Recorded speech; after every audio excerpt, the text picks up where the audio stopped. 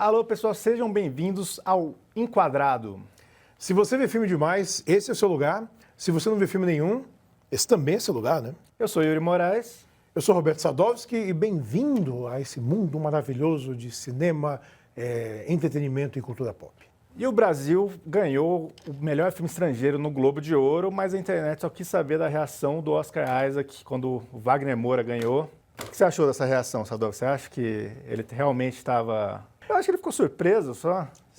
Eu acho que a internet está com muita louça na pia para poder ficar se preocupando com esse tipo de coisa. Não tem reação nenhuma. Ele simplesmente olhou e ficou um pouco surpreso. O pessoal está querendo criar uma rivalidade entre os latinos, né? É, coisa feia, né? Não precisa criar rivalidade. Até porque esse movimento todo do Wagner Moura, inclusive, ganhando o Globo de Ouro de melhor ator dramático, está internacionalizando o nosso sambinha, né? Então, não sei se você tem visto, o Wagner tem ido em programas, em talk shows, e ele tem ensinado uns passinhos de dança lá, mas segundo ele, é o estilo baiano de você sambar. É o estilo baiano de você sambar pequenininho, assim, uma coisa mais contida. Você também é de lá, né, Sadov? Você é um baiano. Como que é o estilo baiano de samba? Mostra pra gente. Eu sou um baiano meio paraguaio, né? Porque eu não sei sambar no estilo baiano. Mas tudo bem, a gente deixa o representante de verdade, que é o Wagner Moura, fazer a dancinha dele e eu fico de fora dessa. Falando nisso, no Wagner, a revista Variety tinha tirado o Wagner Moura, né, como um dos possíveis ganhadores do Oscar, mas depois do Globo de Ouro ele voltou para a lista, né? O que aconteceu? Essas listas, elas flutuam, né, Yuri? Elas flutuam de acordo com o momento. Então, no momento anterior, o pessoal que faz essas listas, que fica olhando muito para os atores de língua inglesa, estavam deixando o Wagner meio de fora. Acho que foi porque ele não foi indicado no BAFTA nem no SAG, né? Lembrando que a Fernanda Torres também não foi indicada ao BAFTA e nem ao SAG. A gente fica com essas vitrines flutuantes para poder montar a nossa seleção de quem pode ser indicado ao Oscar ou não. Eu tenho meus chutes aqui, tá? A Variety está apostando no Ethan Hawke. O Ethan Hawke é um ator muito querido, né, pelo Blue Room, inclusive, mas deve ser indicado, eu acho, mas não vai ganhar. Hoje, os melhores atores, né, que estão nessa corrida, com certeza o Timothée Chalamet e o Wagner Moura são os principais, porque a campanha dos dois está muito equilibrada. Um pouquinho atrás dele está o Leonardo DiCaprio, que faz um trabalho brilhante em Uma Batalha Depois da Outra.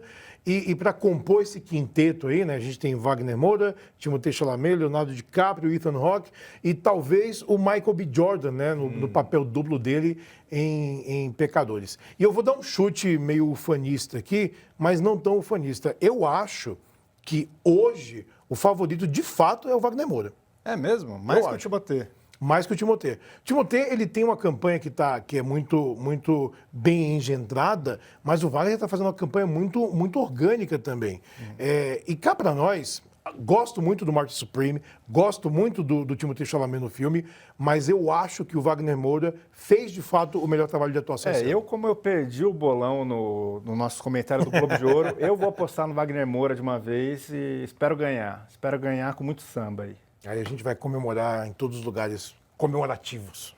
E como a gente está falando aqui de O Agente Secreto, queria falar da Emily, que é a parceira, né, a esposa do Kleber Mendonça Filho, mas muito além disso, ela é a produtora do Agente Secreto. E produtora de todos os filmes dele, né? Produtora de todos os filmes dele. E muita gente pergunta, mas o que faz um produtor e tal?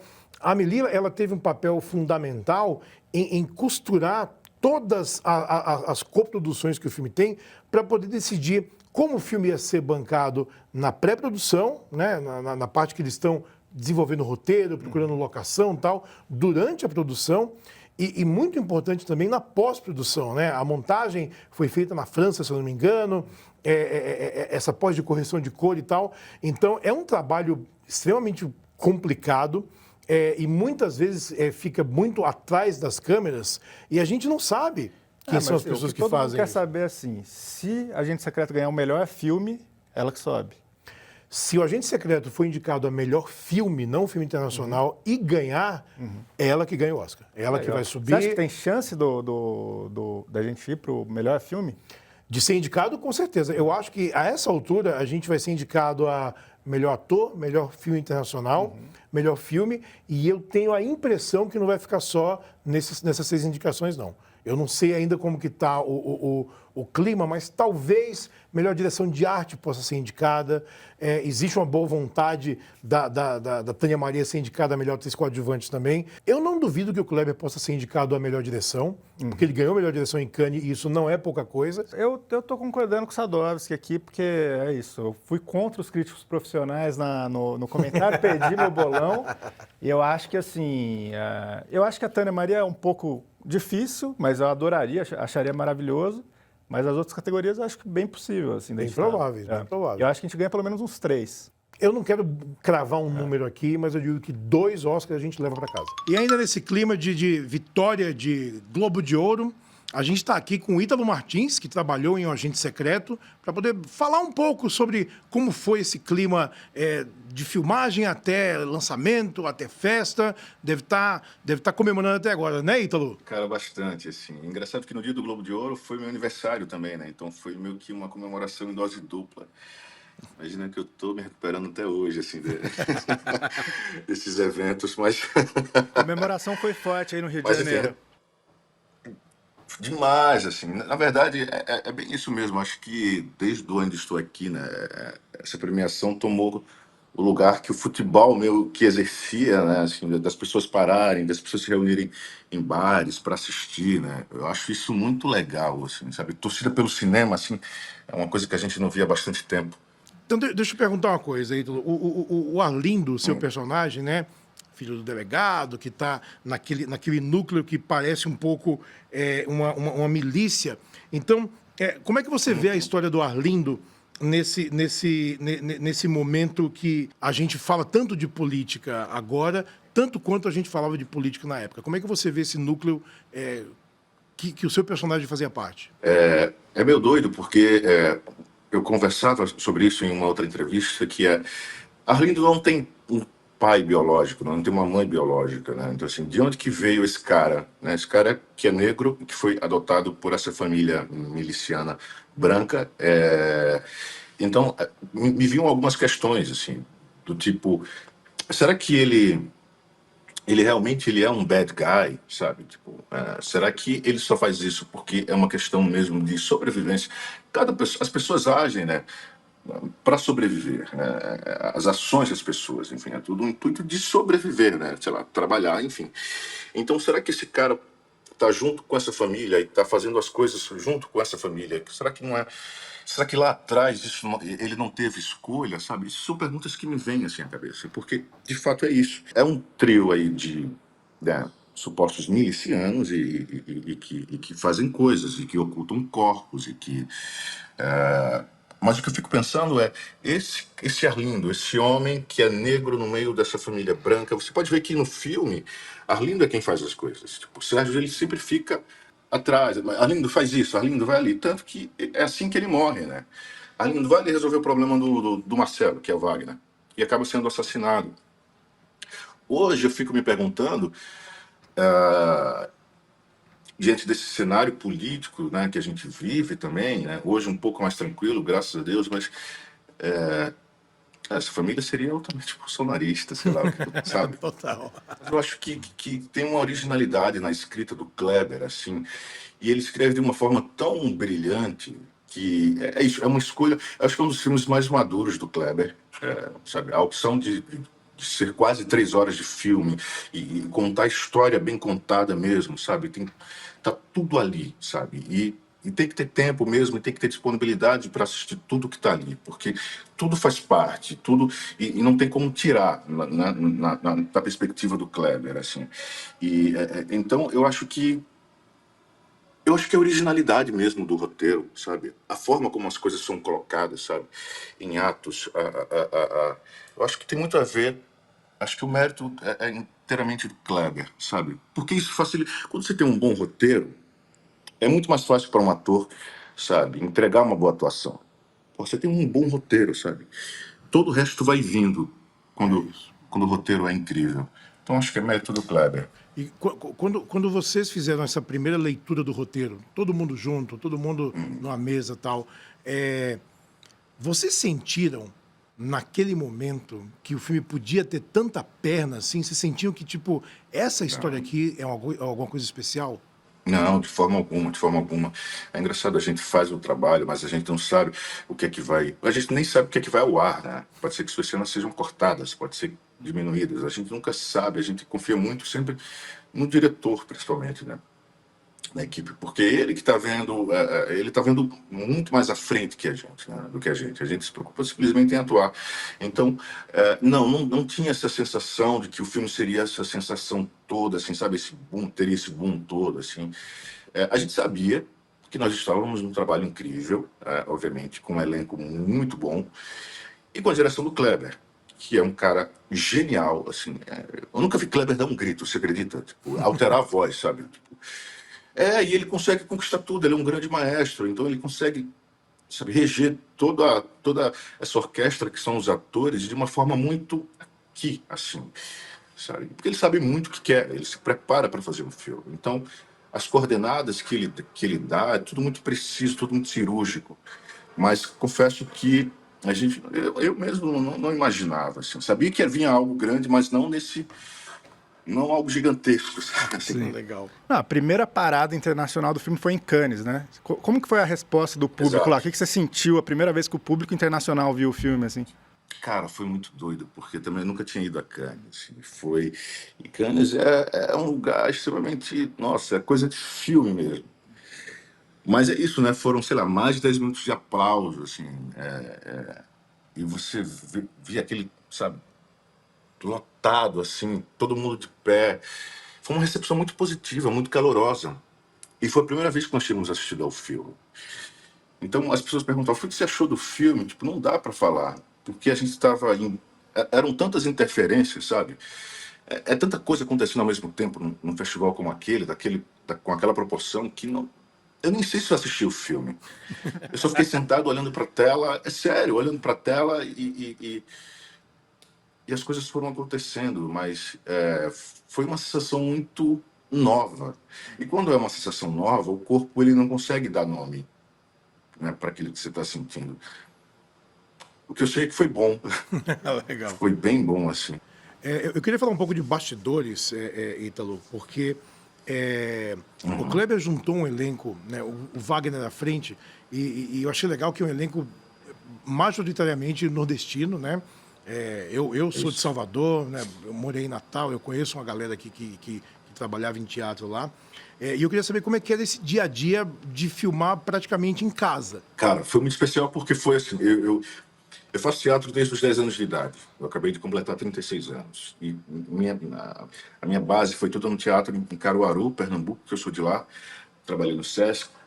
E aos 25 anos eu saí de Caruaru e vim morar em São Paulo. Fui morar em São Paulo e então comecei a estudar teatro, cinema. Deixei o teatro um pouco de lado e me dediquei ao audiovisual. Depois de 10 anos eu retorno a Pernambuco para filmar com Kleber. Assim, eu só tinha feito um curta-metragem na minha adolescência e não mais trabalhei atuando em Pernambuco no audiovisual. Então, foi o meu retorno, primeiramente, foi o meu retorno para Pernambuco e esse retorno, né, se dá para trabalhar com Kleber. Então, foi muito assertivo para mim. Assim, eu fico tentando entender, sabe, essa trajetória. Mas trabalhar com Kleber, trabalhar com todo esse elenco de nordestinos, assim, foi muito bom, foi muito. Nossa, foi muito tranquilo, cara. Eu nunca tive um set tão tranquilo assim. Não, já tive outros sets tranquilos também, mas eu digo é isso. O Kleber, ele tem uma precisão na direção que é muito genial. Ele te diz assim, Igor, sei lá, um exemplo, Igor, você vai ter que. Você fala isso. Mas ele fala de um jeito. E eu não estou falando isso da boca para fora. Acho que todo elenco pode confirmar isso que eu estou dizendo. Que você fala assim, caramba, é assim que se diz, é assim. Nem você, enquanto ator, imaginou. É assim. Eu disse para ele assim, cara, você seria um excelente ator, velho. Ele falou, olha, ele ri. Mas é porque é isso. O Kleber se prepara muito para fazer um filme. Você vê Walter Salles, eu encontrei Walter Salles numa festa tem 3 semanas e a gente pôde trocar uma ideia. E daí ele é isso, né? Ele é mais documentário, tudo mais. Ele faz muito pouco ficção, né? O Walter Salles. Mas é isso, é uma galera que fica um tempo se preparando para fazer um filme. Então, quando você vai fazer esse filme, você sabe de A a Z o que você tem que fazer. Então foi bom, foi um clima gostoso. Fui trabalhar entre amigos. Cara, não tive estresse, não tive dor de cabeça, nada. Eu acho que foi tudo muito fluido. Quero muito voltar a trabalhar com o Kleber, sabe? É uma equipe muito profissional.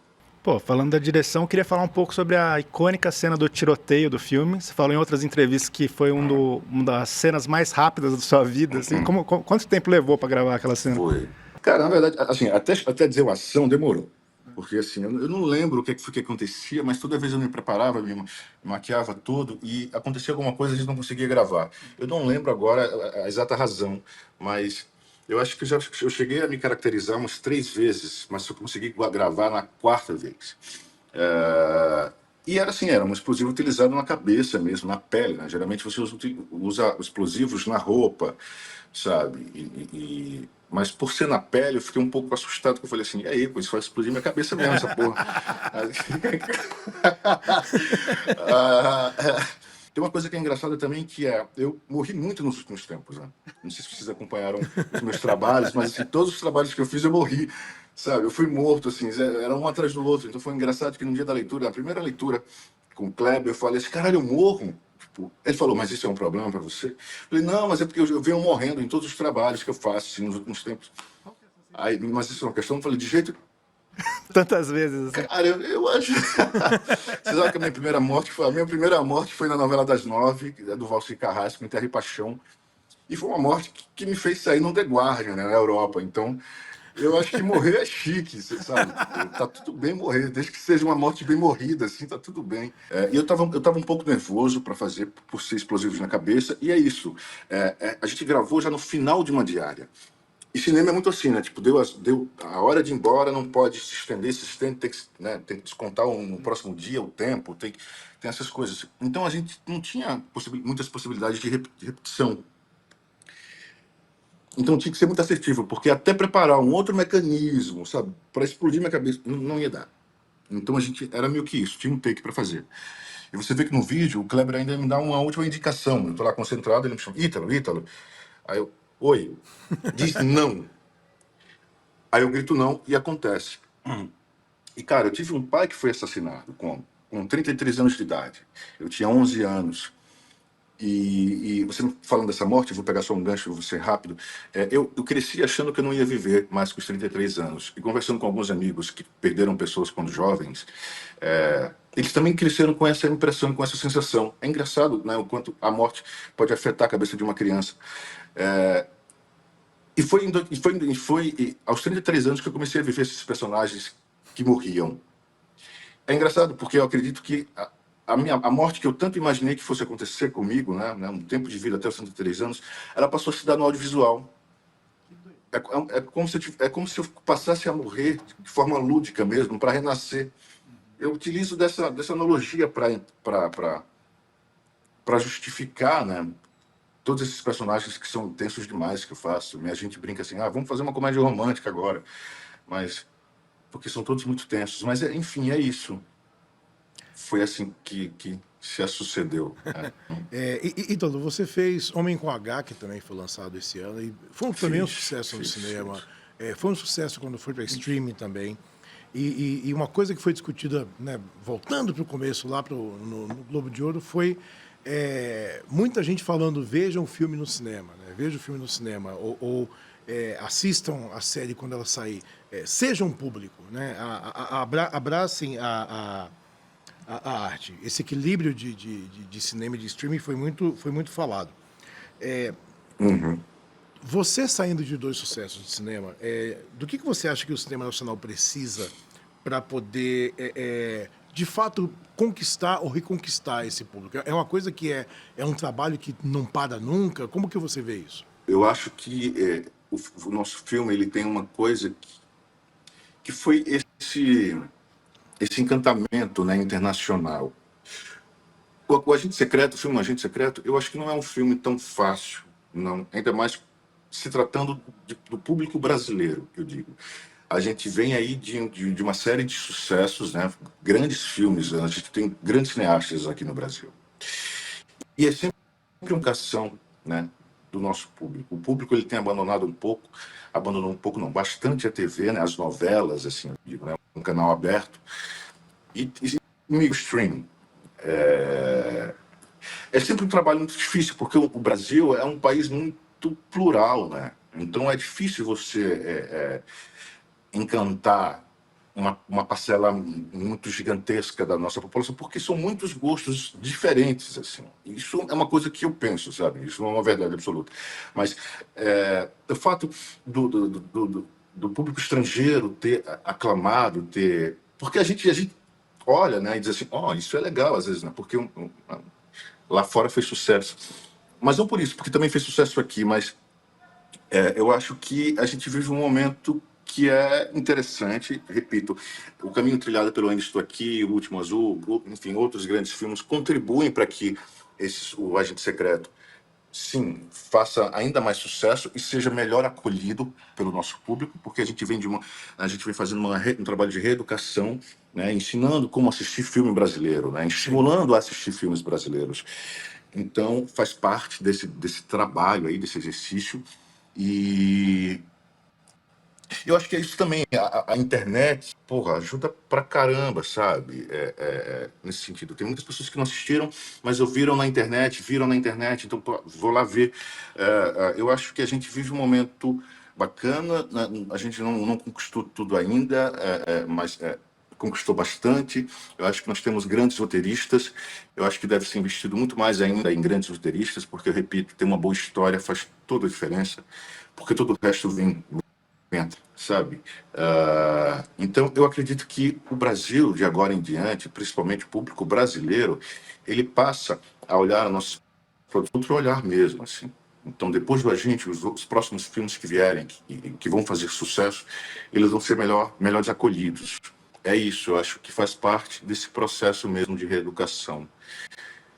De aprender a assistir, né? De não buscar aquelas referências hollywoodianas, sabe, de ação do início ao fim, o filme já começa com o nego morrendo, sabe? Não, é filme brasileiro. E entender que por ser filme brasileiro a gente tem liberdade, pode ser qualquer coisa, sabe? E pode ser genial isso também. Porque não se escolhe a novela, né? Mas é isso, o Brasil é tão múltiplo, tão plural, que a gente tem muita liberdade de criação. Isso é o incrível do nosso país, o Brasil. Porque você vê um filme como Agente Secreto, que não tem nenhum agente secreto. Tem isso, né? Não existe um agente secreto no filme. Você vai assistir uma outra coisa. Então é isso, essa liberdade que o Brasil tem, os brasileiros têm de poder criar arte, de fazer arte. Eu acho que é genial. Eu acho que o público brasileiro tem que enxergar dessa forma, assim, sabe? Tem que reeducar mesmo o olhar para as nossas obras. Ítalo, muito obrigado por seu tempo, muito obrigado por esse papo. A gente adora falar sobre cinema e adora falar com quem faz cinema, com quem ama cinema. Então, valeu pelo seu tempo e obrigado por participar do nosso programa. Eu que agradeço, obrigado e, enfim, sucesso para todo mundo, um ano bonito aí. Vamos lá. É isso. Vamos para as estreias da semana, Sadowski? Vamos para as estreias da semana, né? A gente viu alguns filmes aí nesses últimos dias e a gente assistiu o Extermínio, o Templo dos Ossos. E eu sei que você gostou desse mais do que o anterior. Eu gostei bem mais, cara. O primeiro eu vi no avião, voltando do Japão. E eu sempre gostei de Extermínio. Eu não gostei tanto do primeiro, mas esse segundo, eu achei que foi uma sequência muito diferente, assim, cara. Porque ela respeita tudo que veio do anterior, mas ela deu a linguagem dela, assim. Então é um filme bem diferente do que eu esperava. Ele é muito engraçado também, né? Tipo assim, muito curioso. A construção do mundo, ela dá uma expandida de uma maneira meio inesperada, eu achei. Eu tenho que falar para vocês que assistir um filme com o Yuri é uma coisa curiosa, porque no meio do filme, né, a gente estava na sessão, ele me cutucou assim e falou, é melhor que o outro, tá? Eu falei, Yuri, vê o filme inteiro primeiro, velho.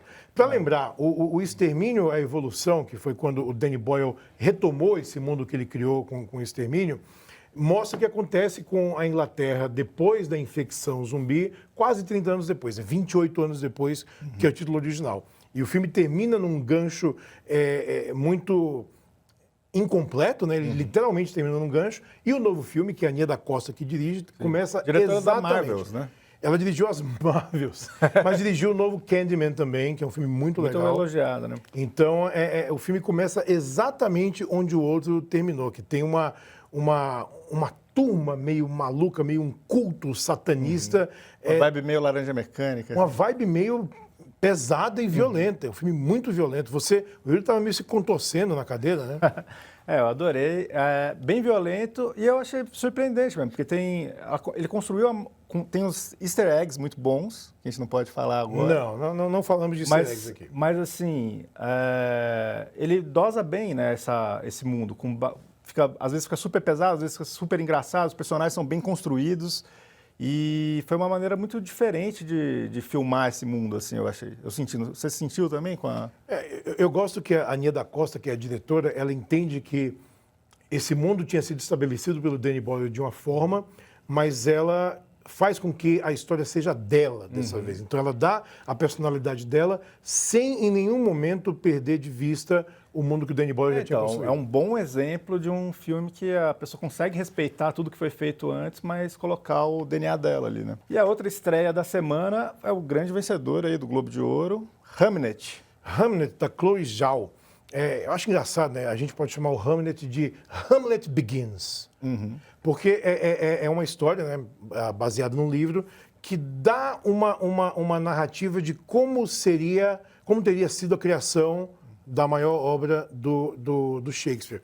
E eu acho curioso que a gente tem tão poucos filmes para adulto no cinema hoje, filmes feitos para adultos, para uma plateia adulta, que foge dessa coisa de o cinema como blockbuster e como experiência cinematográfica. Óbvio, é um filme que você tem que ver no cinema, mas eu acho que ele tem uma qualidade que é um pouco mais tranquila.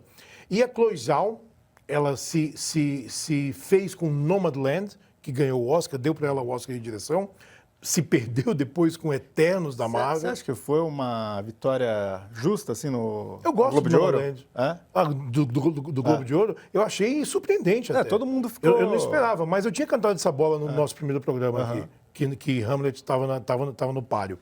E uma coisa que eu acho que a gente não prestou atenção, assim, é que é o Spielberg de produtor lá. Tudo que ele coloca à mão tem um... Mais ou menos, né? Mais ou menos que o Spielberg, ele colocou a mão nos Transformers aí.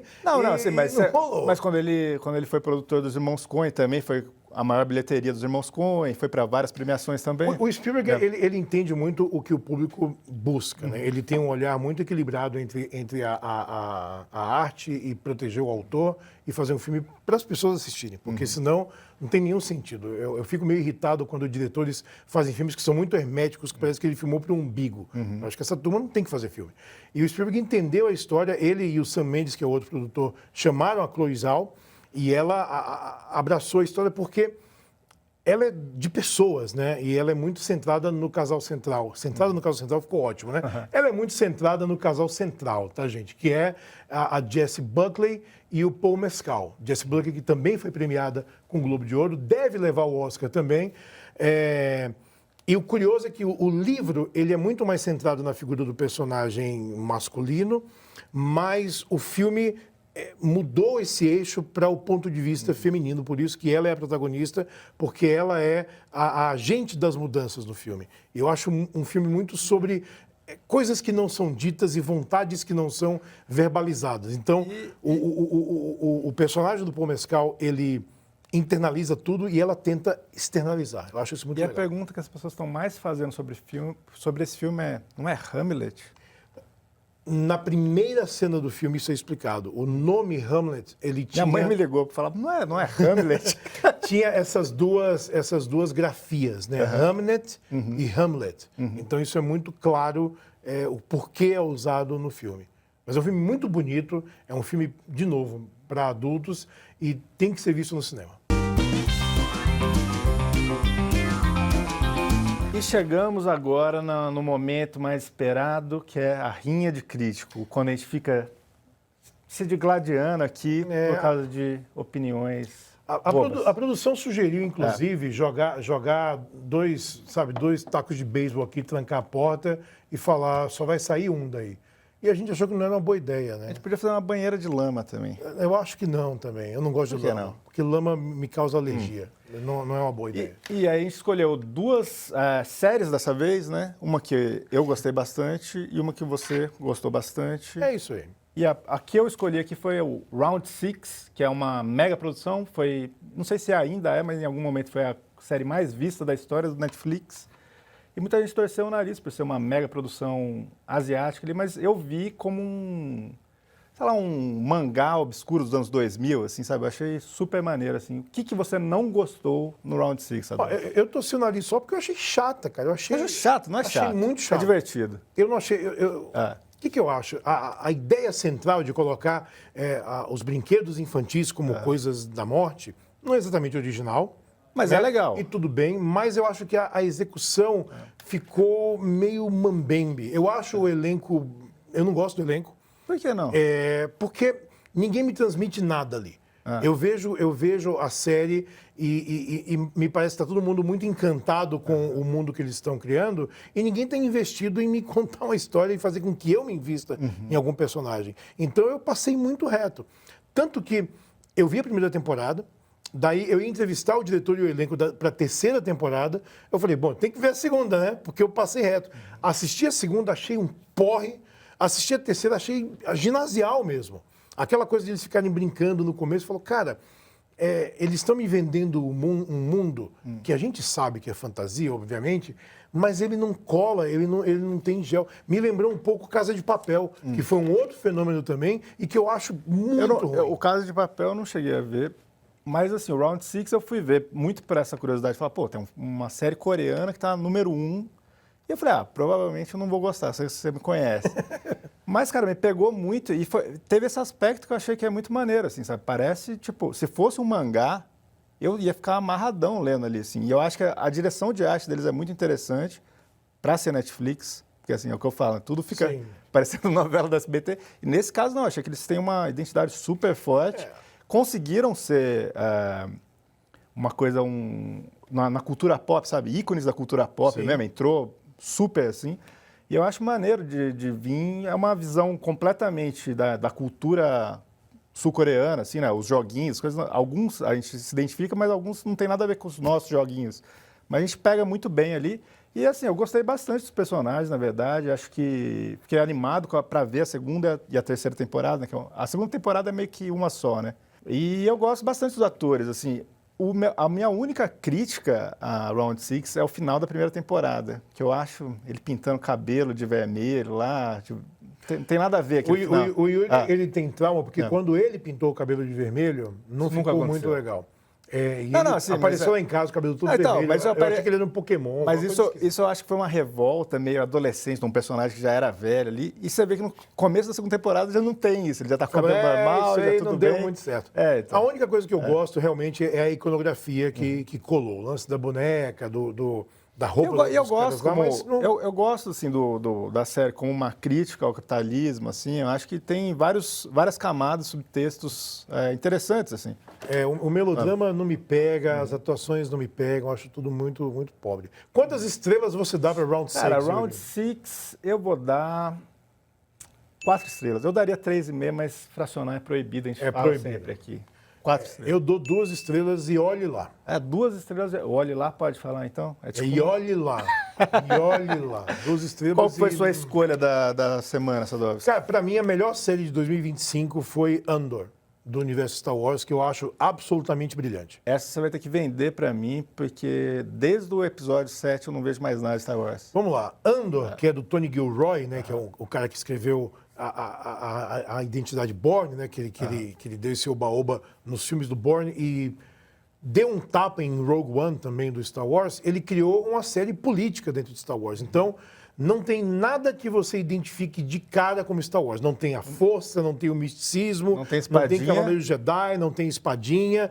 É uma trama política. Tipo, o Império já existe, oprime o mundo, e a gente está vendo o começo da Aliança Rebelde. Entre qual filme que está isso aí? É um pouco antes de episódio 4, depois do episódio 3. Então, assim, o Império já domina a galáxia. E a Aliança Rebelde está tentando se organizar para ver o que a gente faz para tentar derrubar esse negócio. Então, são heróis que são muito amorais também. E eu gosto do modo como o protagonista, né, o Cassian Andor, que é o Diego Luna, ele é um herói muito relutante. Ele não quer fazer parte daquilo. Tipo, ele era um ladrão e fala, eu não quero saber de nada disso. E ele é atraído para isso por circunstâncias extraordinárias e ele se vê como parte de uma engrenagem que, de fato, vai disparar uma rebelião que pode libertar Você a galáxia. gostou das outras séries de Star Wars até agora? Da Algumas Disney? eu gosto, outras não. Eu falei que eu não vi nada depois do episódio 7, mas eu vi o Mandalorian, a primeira temporada, já não Eu gostei. gosto muito de Mandalorian. É melhor que muito. Mandalorian? É muito melhor que Mandalorian, mas eu gosto muito de Mandalorian. Mandalorian é western. Isso aqui é um outro bicho, isso aqui é uma série política. E o que eu acho mais fascinante em Star Wars é que você pode colocar qualquer gênero dentro desse oba-oba. Sim. Eu não sei por que eles não exploram mais ainda. Por que não tem um filme de terror dentro de Star Wars? Por que a gente não tem outras histórias dentro desse universo mesmo? Porque ele é muito vasto. Mas você acha que a Disney tem acertado a mão no geral? Assim, qual que você gostou e qual que você não gostou? Só para eu ter uma... Ó, o Acólito, a ideia é muito boa e não foi tão bem desenvolvida assim.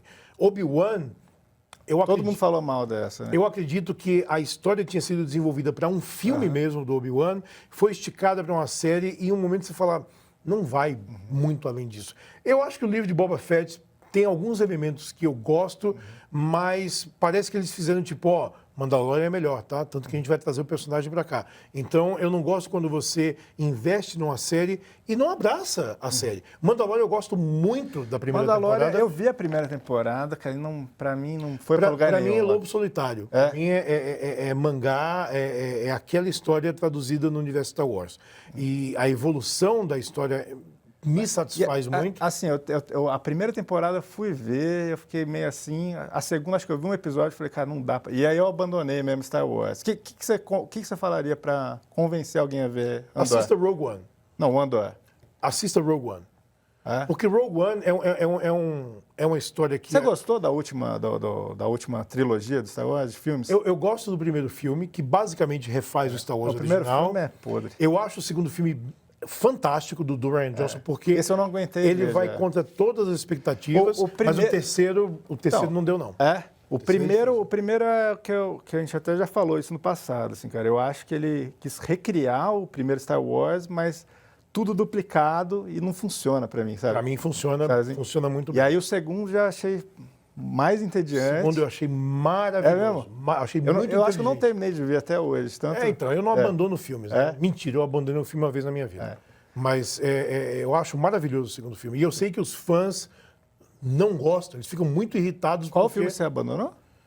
que eu abandonei? A refilmagem de Amanhecer Violento. Uau. Eu saí no meio assim e eu não lembro nem do filme que eu estava vendo. É muito ruim. É difícil abandonar, assim, mas... É impossível abandonar, mas esse eu abandonei. Agora, Star Wars não. Mesmo o último, Ascensão Skywalker, que é muito ruim mesmo, eu encarei até o fim. Esse ano tem Star Wars de novo, né? Volta ao cinema desde 2019. Ninguém aguenta mais Star Wars. Não existe esse Qual dinheiro. qual é a sua nota pra... Pra Andor? Andor é 5 estrelas. Andor eu acho brilhante. Brilhante. Eu não posso dar estrelas, mas se eu fosse dar estrelas, provavelmente seria 2 estrelas. Se você fosse dar uma nota, seria dó, né?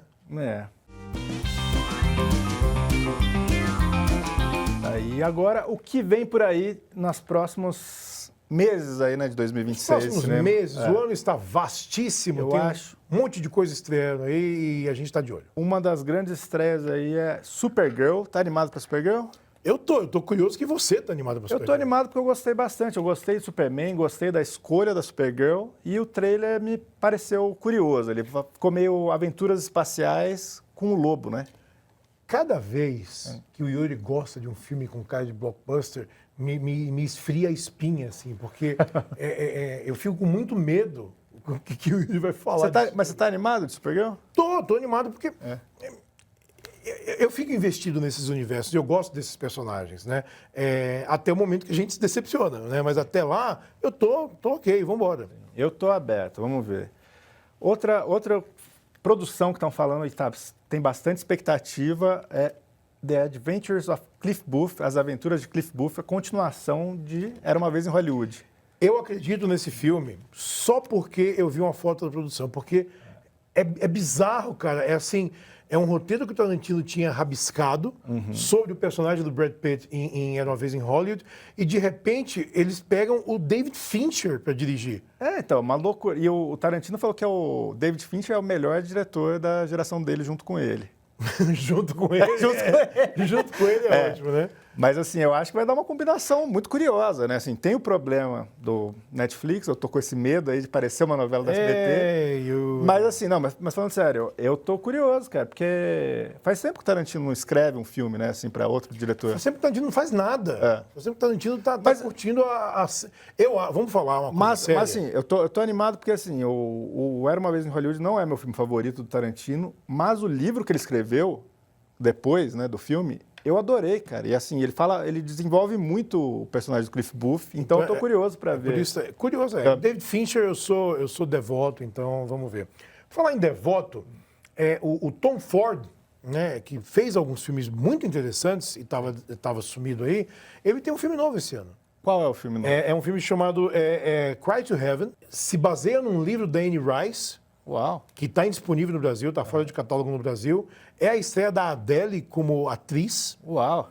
E é um mistério que se passa no mundo da ópera. E ela vai ser a protagonista mesmo do filme. Eu não acho que ela vai ser a protagonista, porque as informações estão muito desencontradas sobre o filme ainda. E eu acho justo, porque existe uma sanha na internet hoje que todo mundo quer descobrir e saber tudo sobre os filmes antes do filme existir. Então, a gente tem que saber quem está no filme, quem faz o quê, qual é o roteiro, o que acontece, vazou cena, vazou não sei o quê. E eu acho isso um exagero. Eu sou um idoso, né? Então eu lembro quando a gente descobria os filmes no cinema.